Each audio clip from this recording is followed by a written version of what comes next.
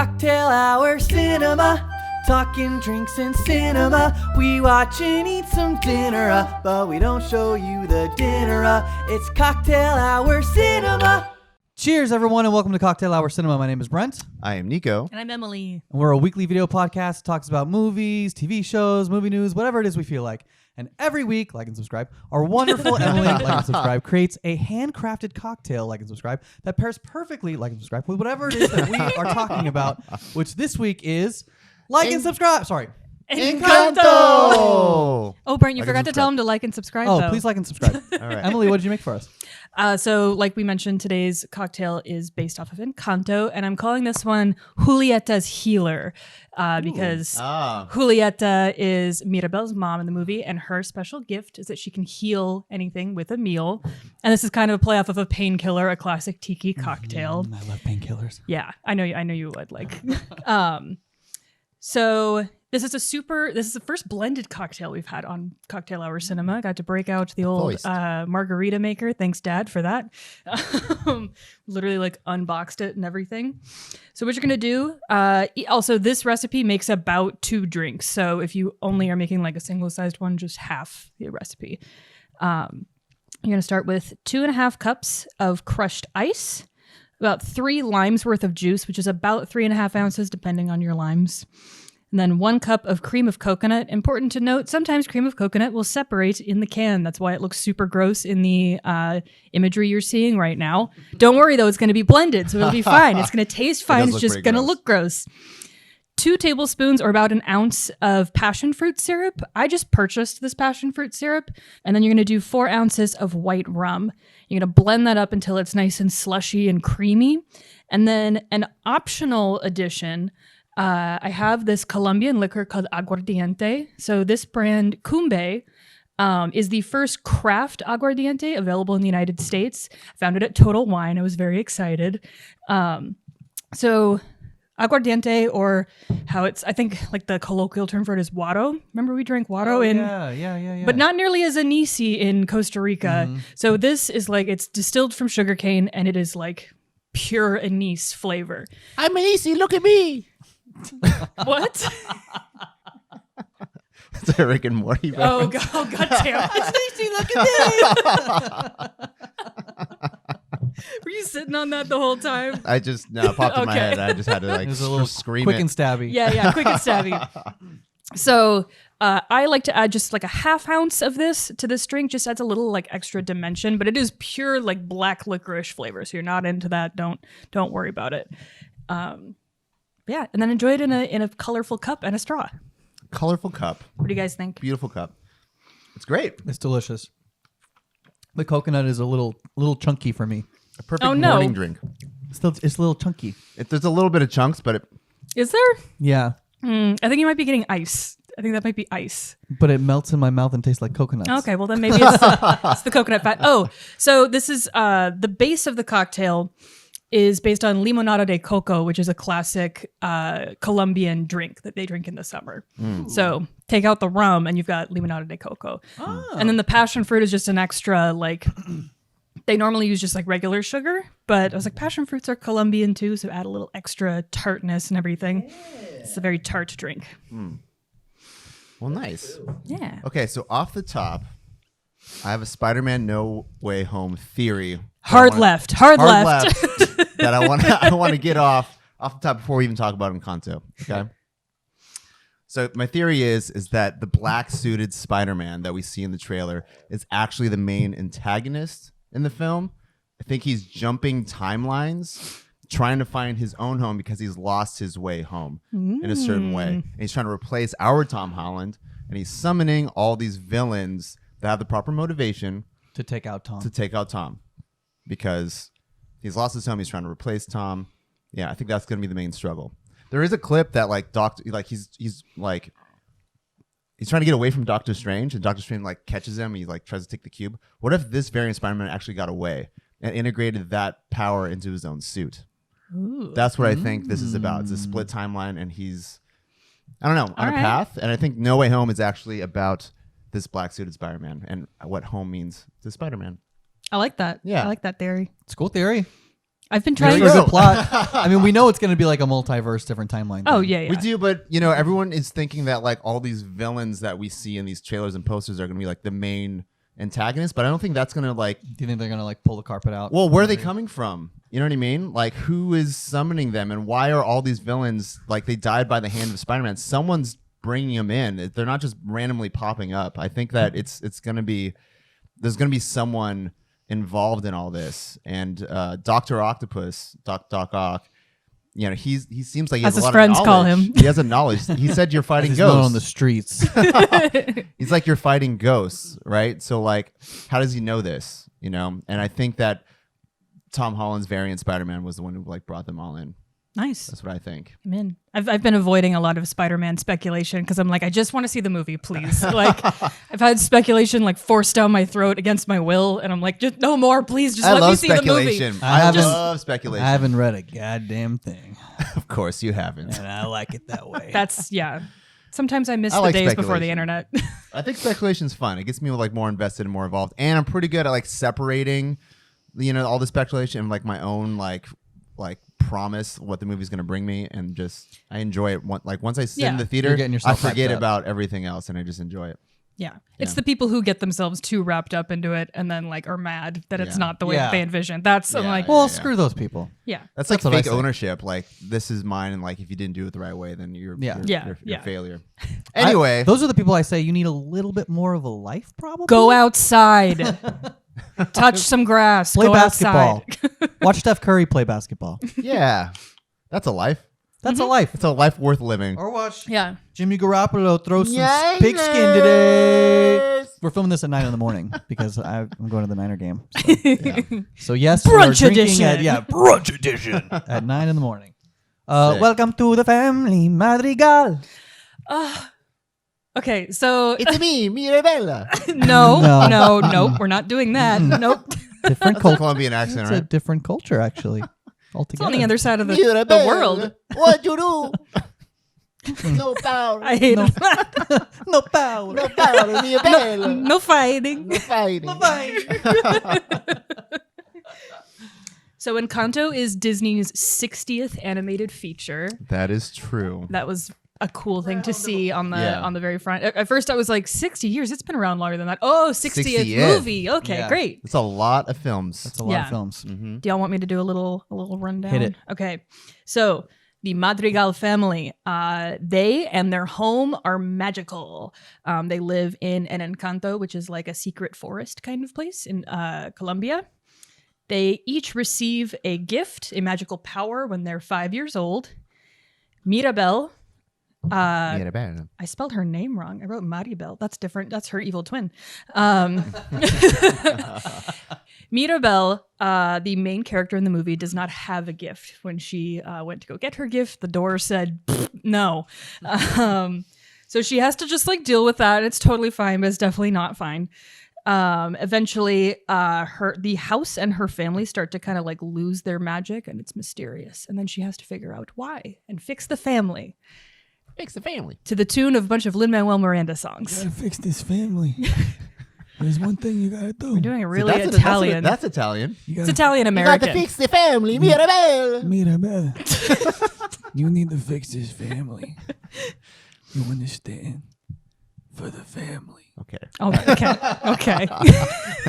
Enough. Staring deeply into my eyes. Sean Field and I used You're to the do one who that has a voice heart all the out time. and you're wasting time with Yeah, us. Jesus Christ. All right, let's go. All right, so what do you go for it. Okay.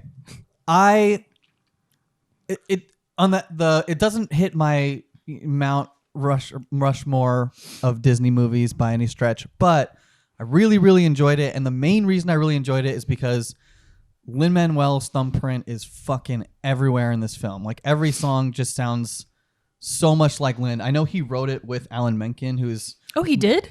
Alan Menken who co-wrote for I the didn't whole know movie. that. That's why it's even better. Then. Yeah, That's I my mean- boy. Yeah. The interview with Lin about it is really cool because he's like, Alan Menken is like my biggest inspiration. He's a like, god. It's why he's like the reason I have my career is because of The Little Mermaid and Alan Menken. So when they started working That's cute. together, Really cute. Lin-Manuel was like super nervous because it Yeah. was like his idol essentially, and Alan Menken's Menken's was pretty daddy. nervous because He is daddy. Lin-Manuel's Music daddy. new daddy. So it's like That's true. their Yeah. powers combined. But Lin basically said like Lin was in charge of the lyrics. You can tell by the lyrics that it's Of course. Lin-Manuel's thumbprint is just everywhere.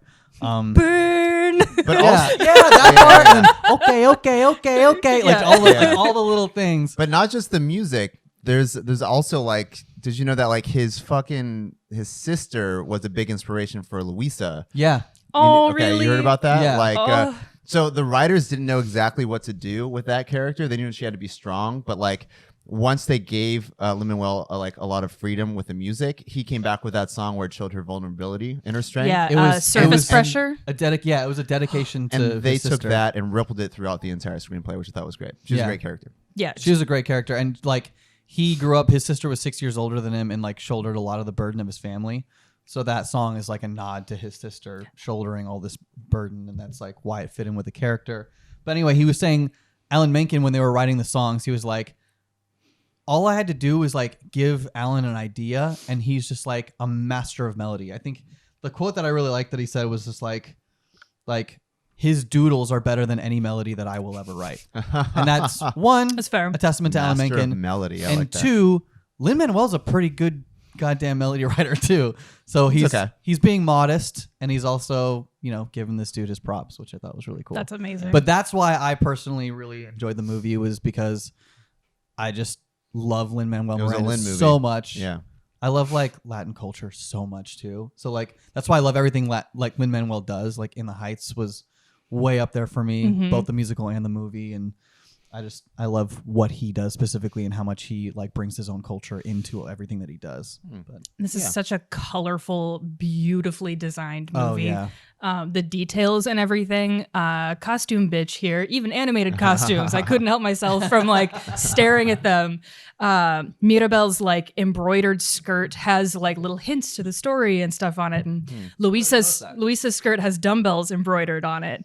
I didn't notice that. Outside the house, there's like traditional Colombian kitchenware, like I can't remember the word for it, but it's basically like a hot chocolate grinder and then like a corn grinder, like little details, like all the specific flours that Isabella makes and everything. It just like, it's such a treat for your eyeballs. It's so good. I love it.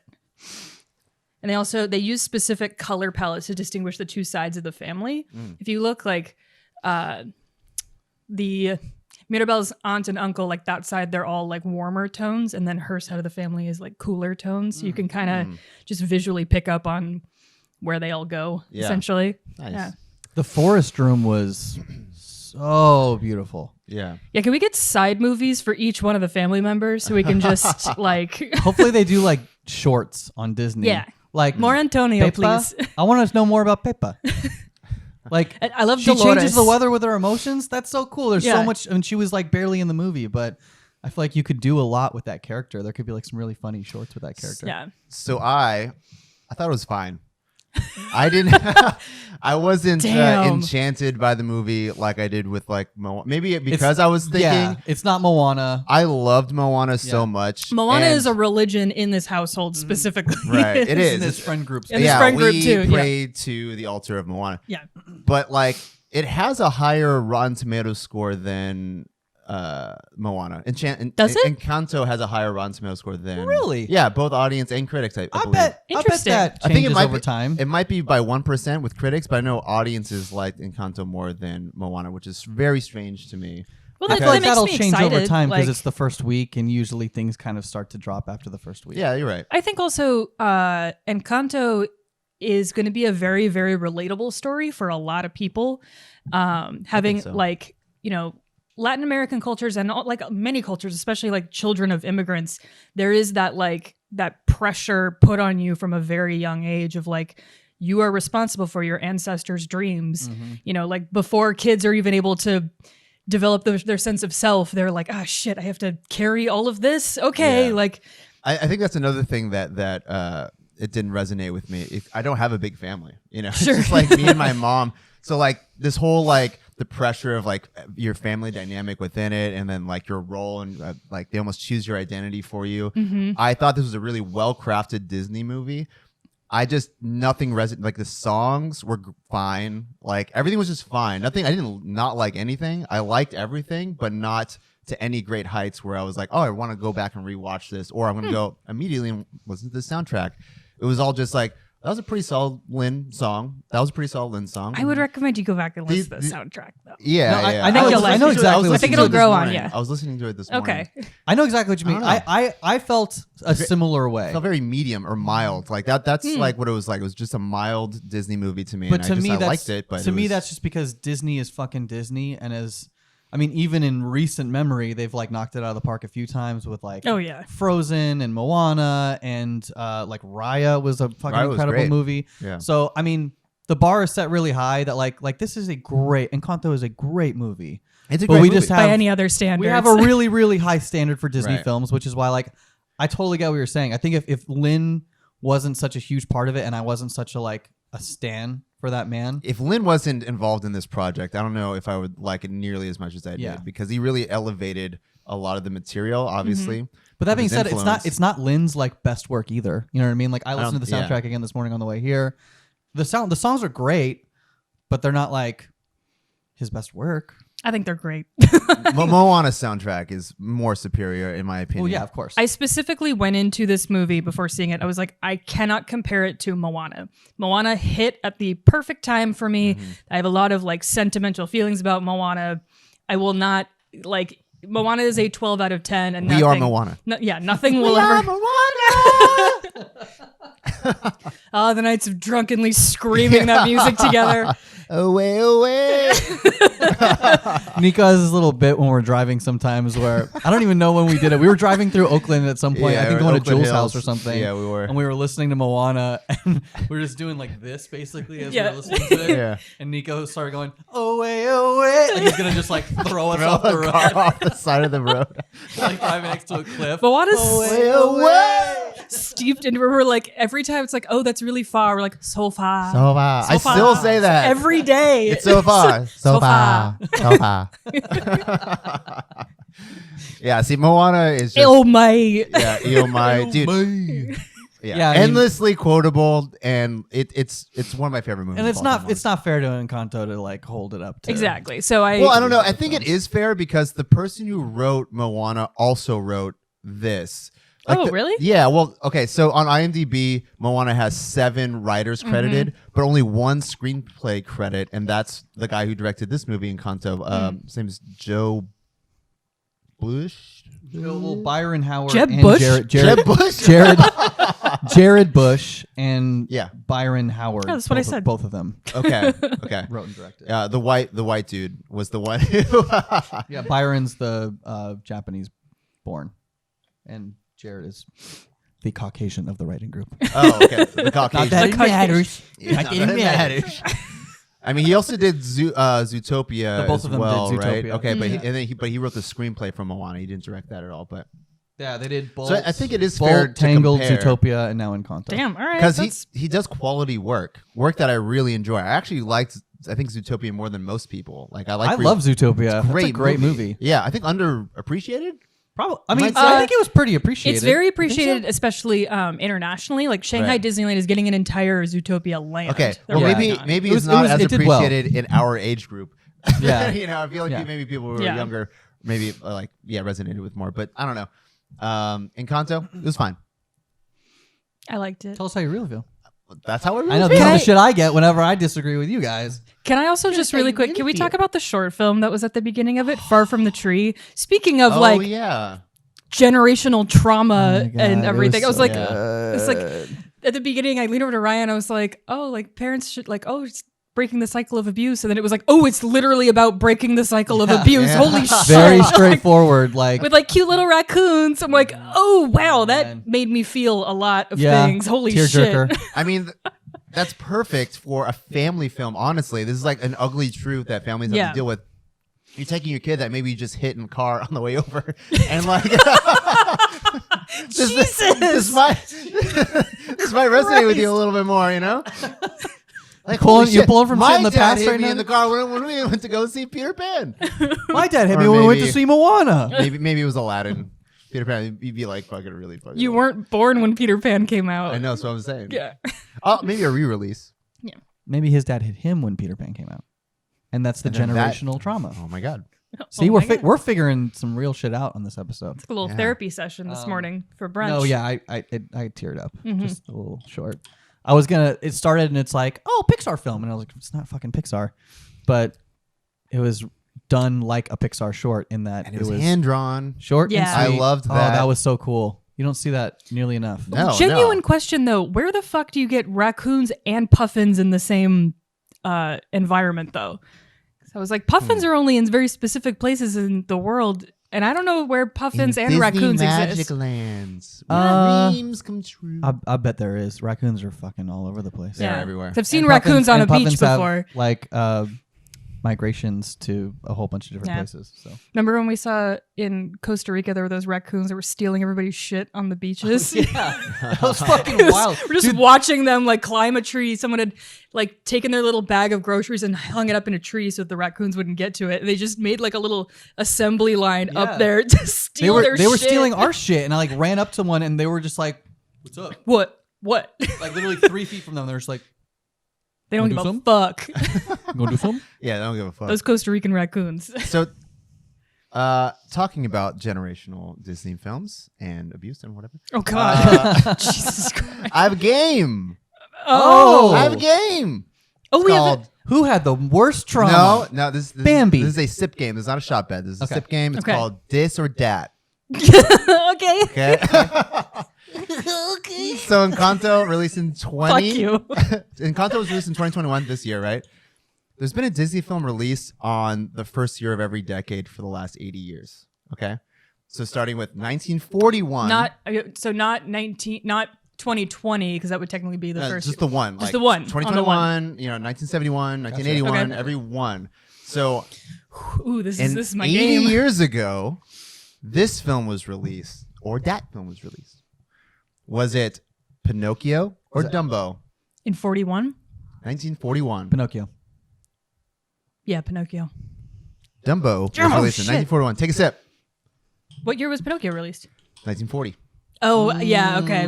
Because These are gonna be close ones, guys. yeah, well, So because buckle up. This is a guessing Snow game. White, Yeah. Snow White was released 37, and I know Pinocchio was like the next one. But yeah, go ahead. Okay, and let's go to the 50s. So the first thing you're gonna say is dis. The second thing is gonna be dat. Yes. Okay. 1951. Which film was released? Peter Pan or Alice in Wonderland? Dat. Alice in Wonderland. Was that Peter? Just say Peter Pan or Alice Okay, in Alice in Wonderland. Wonderland. That's really confusing to probably the audience. Dat. Okay. Who said Alice in We Wonderland? both did. That is 1951. Correct. No sips for you. No Take a sips. sip. Oh, fuck. I sipped. Yeah, there we go. Nice. Yeah. Okay. Yeah. Inclusive. All right, let's move into the 60s. Was it Mary Poppins or 101 Dalmatians that was released in 1961? Mary Poppins. 101 Dalmatians. 101 Dalmatians. Yes. Damn it. Sip.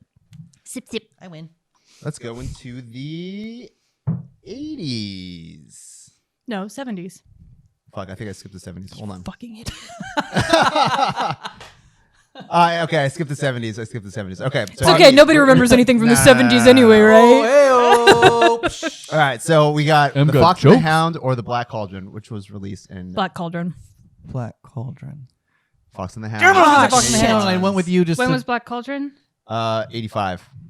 Oh, it was later than I thought it Yeah, was. yeah. That's like the lost Disney movie that nobody Yeah, ever. bitch. Okay. I've never okay. seen it. All right, we're going to the 90s. These should be getting a little easier, Yes. maybe, but they're very mean- close. They're close. All right, we have Rescuers Down Under or Beauty and the Beast, 1991. Beauty and the Beast. Beauty and the Beast. Beauty and the Beast. All right, the year 2001, was it Lilo and Stitch or Atlantis, The Lost Kingdom? Atlantis. Empire, sorry. I'm just going against Emily so I don't copy her every time. Lilo. What'd you say? Atlantis. It's Atlantis. It was Atlantis. I knew it. Yeah. Lilo and Stitch was 2000. Okay. Twice. Yeah. Dude, if you ever have a trivia night, I know, like, this is the woman well, to here's bring the a thing. trivia I night. was like, Disney once, trivia once we get into the specifically. 90s and like I'm gonna be like, 2000s, get outta Emily, here. that's like her time. Also, just like normal trivia, too. You're like kind of a whiz at all I that love trivia. knowing things that are useless. 2011. We have Tangled or Winnie the Pooh. Tangled. Winnie the Pooh. Fuck. Tangled. What year was Tangled? 2010. Okay. All right. Yeah. Good game. I like Good that. game. That was fun. Thank you. 2021. Moana. That was 2016. So 2016. just for fun, I was like, is madrigal a word? So I looked it up. It's a word. Oh. It means Matriarch. a part song for several voices, especially one of the Renaissance period. It's basically like A song. typically arranged in an elaborate counterpoint and without instrumental accompaniment. So I it's like like that. a bunch An of different, ensemble kind of thing. like an ensemble, which is fitting for a family. Yeah, that was nice. I did feel like this had like a, you know that an element that I felt like maybe could have been improved, but I also respect what they did. It felt like a very small, contained movie, which is really smart and great. But I also felt like it should have been a little bigger. Like maybe if this was a bigger environment with a bigger village, maybe a city, maybe an Agrabah kind of situation. I don't know. It felt very, very small. I mentioned that Yeah. to Larissa too. It's like almost every Disney movie has like this land and that land and this adventure here and this adventure here. And this Right. is like, It's within granted, the house. yeah, granted, Like the a house soap has a lot of it was crazy soap shit. opera. You know, you said it was like Evil Twin, Mirabelle. Yeah. I'm like, yeah, this is kind of like a soap opera, like a family drama that was going on. And I mean, it's funny. I thought that it's a very smart thing to do to like contain it, make things small. I do like smaller stories, but I don't know. I felt like this when I watched a Disney film. Maybe it's just my own, take. I wanted it to be more a grander scope. So I brought up the same kind of thing when I was talking with producer Ryan about it afterwards.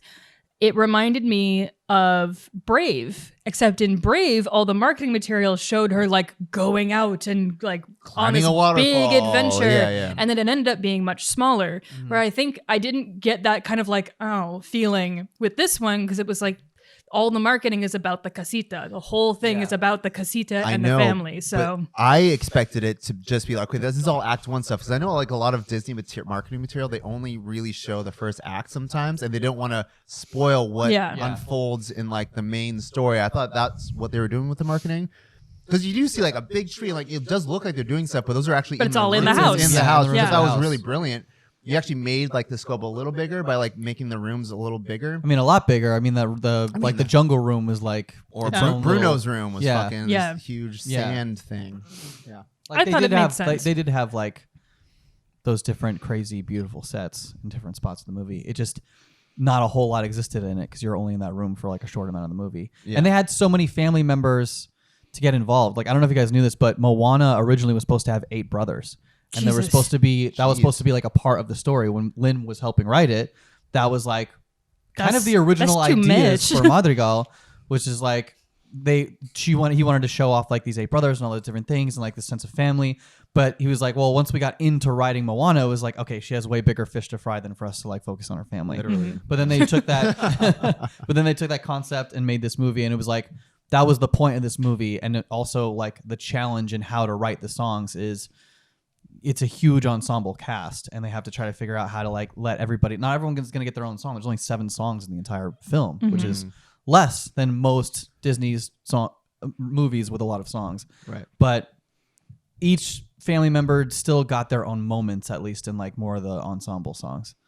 But that was a big challenge, and I think that's also why you didn't get all these different adventures and lands, is because like there's all these different characters that all need to have like their time very quickly in a short amount of songs. That makes sense. If like the guy who was writing Moana directed this movie, maybe he's been like sitting on this like concept of like having like this big family dynamic and like all these like different. Maybe he might have bled some of that into this screenplay. Who knows? And Lynn as well. Like that was one of Lynn's pushing points, is like we need to like bring family in. And I was like, we can't.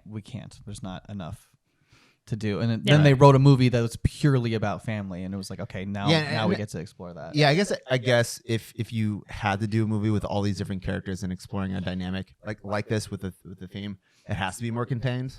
And they kind of cheated ways to make it feel bigger by having like the house. I actually like the character of the house. I love the house. The house was awesome. great. It was kind of like Aladdin's rug, just like this.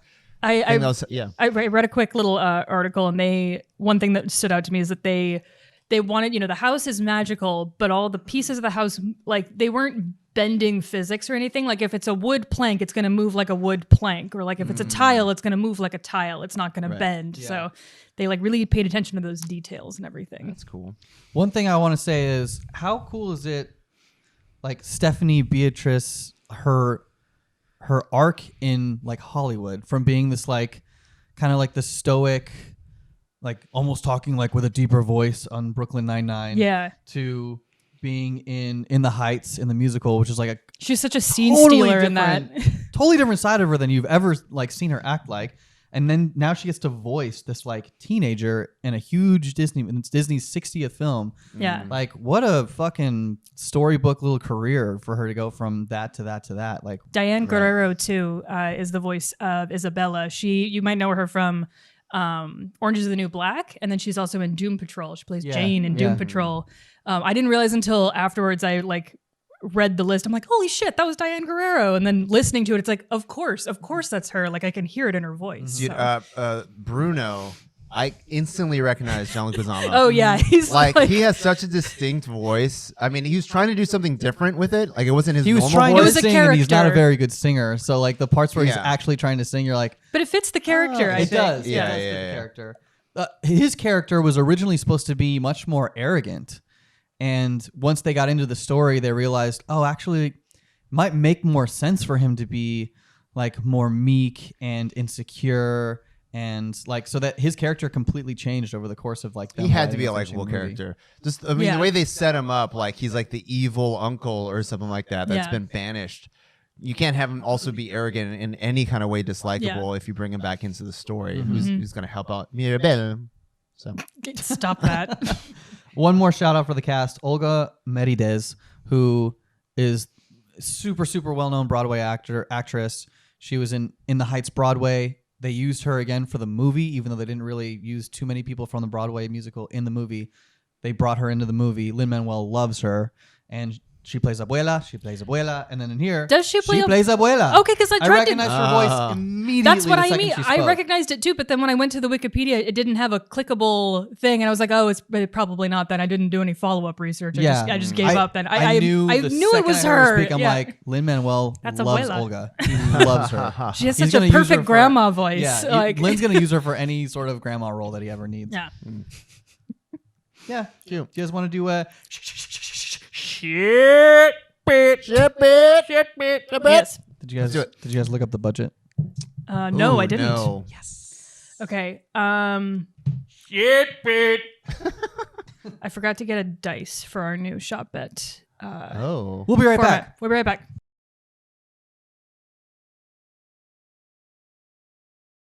And we're back. So what's this bit now? Shopbet. Okay, so Shopbet has been enhanced. I have some new Shopbet items because I found it more fun to have like fun liquors rather than just punishing y'all with Southern Comfort. So there are 6 different options. Next week we'll implement a new rule in it just because producer Ryan's busy and he's part of that. Gotcha.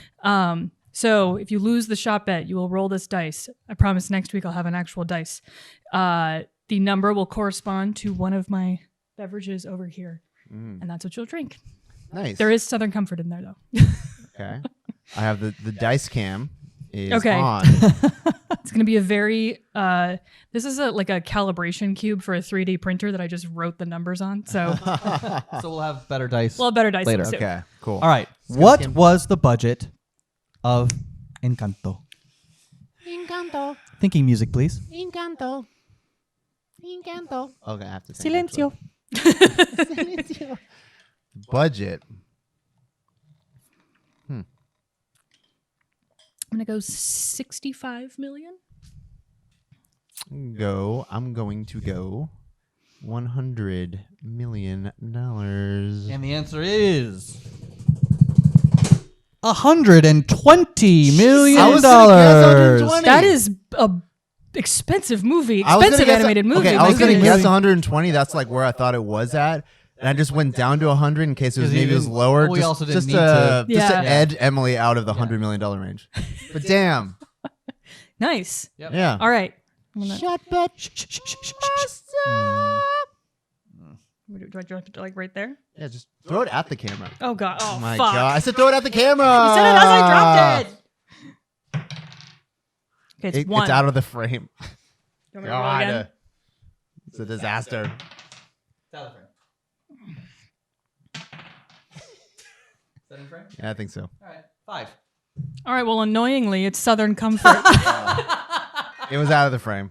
I bought all these fancy Whatever. fun things, and it's fucking Southern Comfort. But that's okay. Teaser for Damn next it! You week. said no more Southern Comfort. No, I said No, not that's the one that just we're not Southern gonna Comfort. want. Well, you know what? I'm not taking the shot, so it's fine.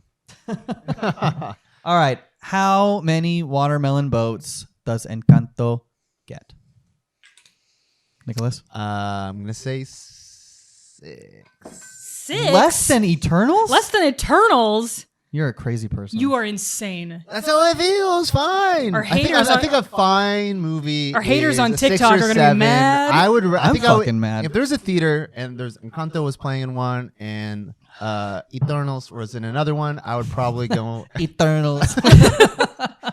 probably go And watch and Eternals again. Canto and Eternals. Encanto. Nice. You would choose Eternals? What an If idiot. there's 2 theaters and I had to choose one, I'd probably choose Eternals. Well, you're entitled to your opinion, but it's wrong. Yeah, that's wrong. Emily? I hate what you're saying. Like I said, it's not Moana. Moana's a 12 out of 10. We can't, like, nothing will reach that point. I'm gonna go 9. I think a 9. It's really high up there for me. I want to go see it again, like right now, but I gotta go see Gucci first. Gucci. Teaser for next week. But so, yeah, so I'm gonna go 9. Oh yeah, next week we are watching House of Gucci. So go watch that shit. I'll give it an 8. I'll give it an 8. 8. All right. It's an 8 for me. Nice. Yeah. Which is pretty high for me. Mister, I'll never give it 10 out of 10. I mean, I probably will at some point. It'll probably be like Jackass or something. Yeah, we something all stupid. Because it'll be our next trash episode, and I'll be trashed, and I'll There give you it a go, 10. yeah. Yeah. All right, everybody. Like and subscribe. Thank you for watching, and we'll see you you. next week with Gucci. Gucci. Bye. Bye.